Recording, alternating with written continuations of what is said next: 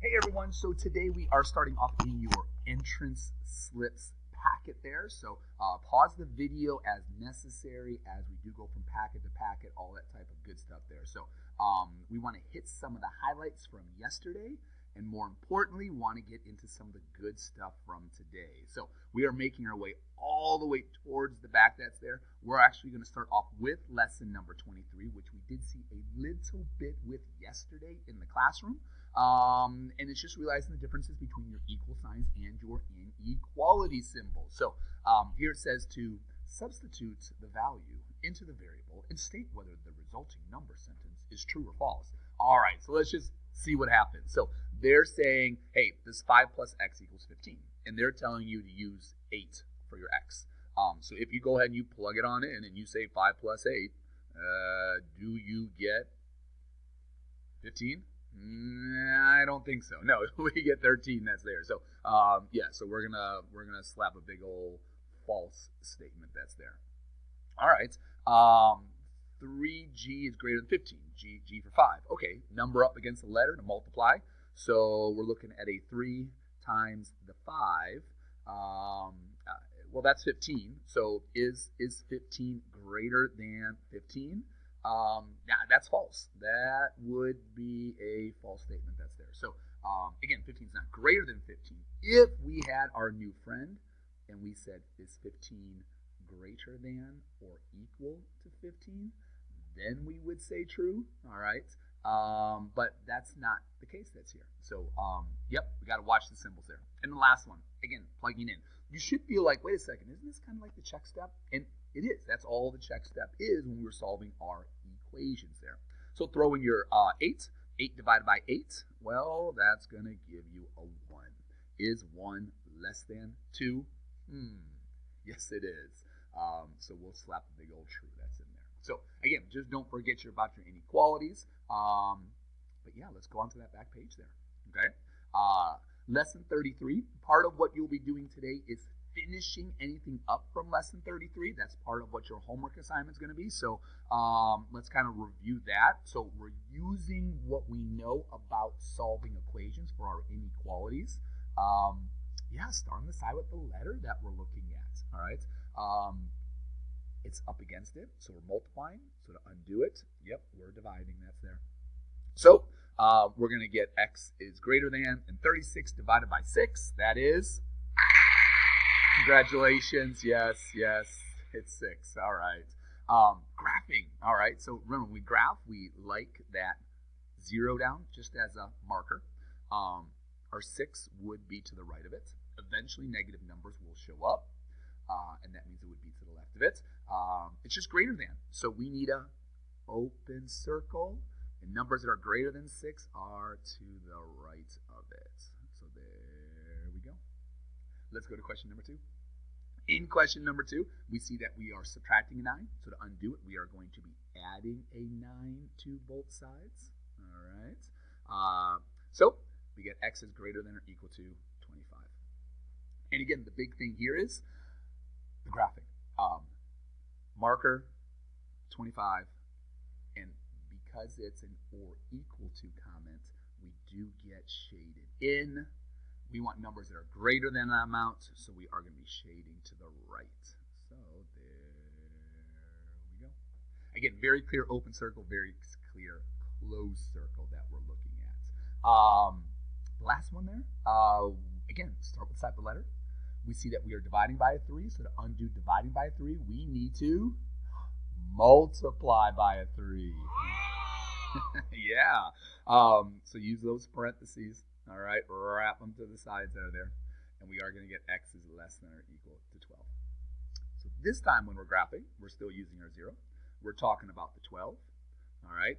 I see the or equal to, so we are going to shade that on in. And we want numbers that are less than that amount, so we are going to shade to the left. All right. Remember, you can also follow the arrow when you are in standard form. And standard form means that letter is first and that number comes second, and you can see how it does match up right there as well.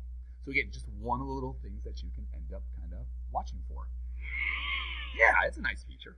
Okay, So that's kind of your highlights from yesterday. Now let's get into what we are seeing here today. And we like these because these are pulling from phrases that we end up using, and then we just kind of apply it mathematically. That's there. So Sarah has at least $7. So from what you heard in the notes from last night when we did this, it was a lot of trying to like apply it, you know. So Sarah has at least. I got at least 7. So that is the least that we have. All right. So I'm going to get my 0 down there like normal. I'm going to get my 7 down there because that's what we're talking about. It's can she have $7? And this is always kind of like where I like to start at there because that's going to tell me whether it's a shaded circle or it's just going to be that hollow circle that we're looking at. She has at least 7. Okay, well, if that's the least that she has, she's got it. She's got $7. But that's the smallest amount. So what you got to watch for is students see, ooh, least, that must mean less than. Let's shade to the left. No, all right? That's the least that she has, which means that's as small as we go. So, yeah, we are shading to the right. So keep that in mind. That's the thing about this is you just can't blindly. You do have to look at the context of the situation. So, inequality-wise, we're talking about the 7. That's why the 7 is there. All right. Shaded in on the 7, which is why I have the or equal to symbol that's underneath it. There we go. So here we go. So Mike has more than 5. Okay, more than 5. He's got more than 5. So does he have 5? No, he's got more than 5. So yeah, I put my 0 down. I put my 5 down. We're going to get that empty circle that's there. All right. And again, more than that amount, well, we are going to shade to the right. That's there. So again, you do have to kind of put yourself in that context that's there. All right, you got $10? You got $10 on you? No, I got more than $10 on me. All right. So yeah, that's what we're looking at bigger. Might be $10.01, but it is more than it. So we've got our X down. All right. Our inequality is just a greater than symbol because I have that open circle that's there. And then we've got our 5 that we're working with. All right, so let's go to the next one. Sam has at most $8. Most, all right? That is the most that he's going to have, which means when we throw our 8 down, Sam has the $8. But that is the most, so that is the biggest, which means, yeah, we're shading to the left that's there, all right? Because that is the biggest amount that we're dealing with.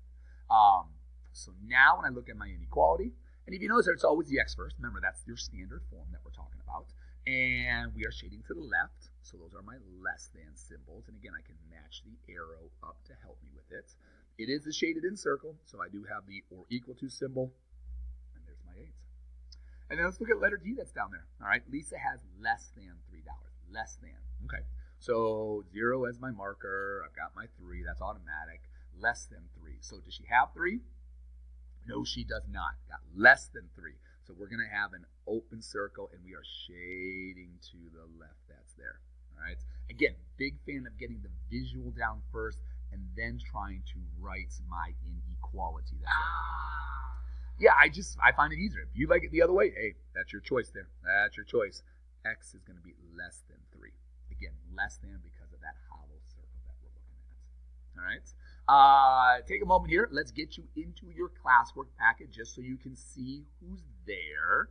All right. And I'll kind of get there as well too. Flipping pages here, digitally, of course. All right. No, we didn't do that. We did that yesterday. Here it 34. There we are. All right. So you can see the beginning there. This is what we were just doing. At least 13. So we're trying to put the graph down there. Again, I would put money to it. I would put chips with it. I would put candy to it. Whatever kind of, you can put a scenario that you're dealing with. The one thing we do want to look at is what's on the back page that's there.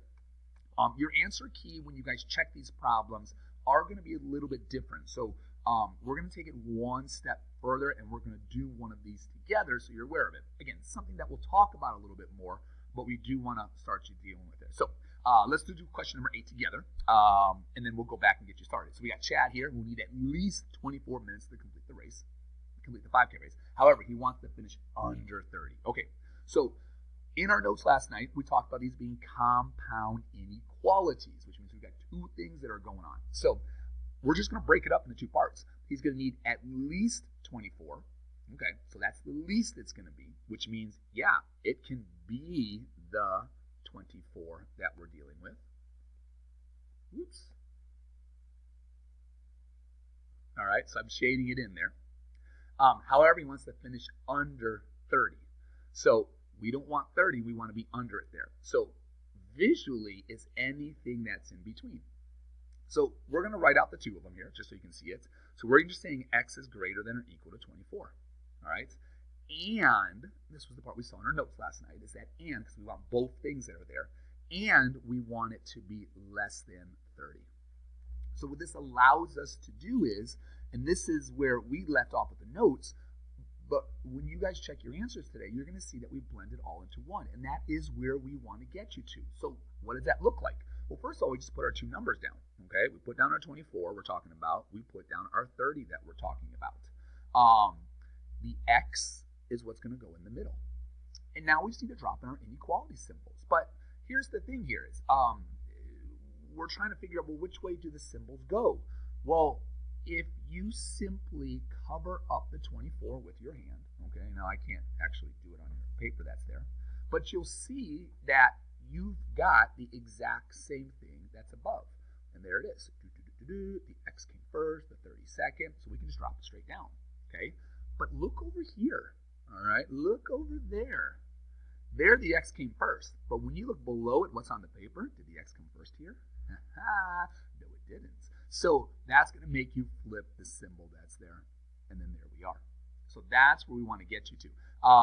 So again, your compounds, when you check your answers there, that's what you're going to end up seeing instead of just the two separate ones. So we'll want you to try it there, but that's something where, again, we'll be developing with it.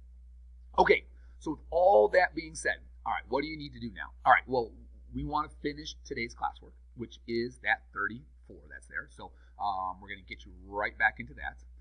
When you finish today's classwork, you can go back and make sure that 33 is all taken care of. And then you've also got your notes to deal with as well, which is your lesson number 35. So that is your homework assignment. So if you can get that all done in class today, hey, great, phenomenal. You got nothing to take care of this weekend. Otherwise, 34 and 33 classwork is kind of what's set for today. And then the lesson 35 is your homework. You will see a quiz on Monday as well, and that quiz is just on lesson 33. So we did those problems today in your entrance slips. That's just the solving. So it's also what we did in class. So we solved that one-step inequality, and then we graphed that one-step inequality. So, all right, so that's what we got. Go ahead, get going. If you got questions, get your hands up in the air. Talk to someone in the classroom that's there. There are answer sheets available. So if you finish the page, you can get your hand up to get things checked. Or maybe when you finish both pages, so all of 34, then you can grab the answer key to get things checked, make your changes, check in with your teacher that's in there today. They will let you know how they're going to operate it. So with all that being said, people, go ahead. You can close up your device, and yeah, you're out of here. Bye.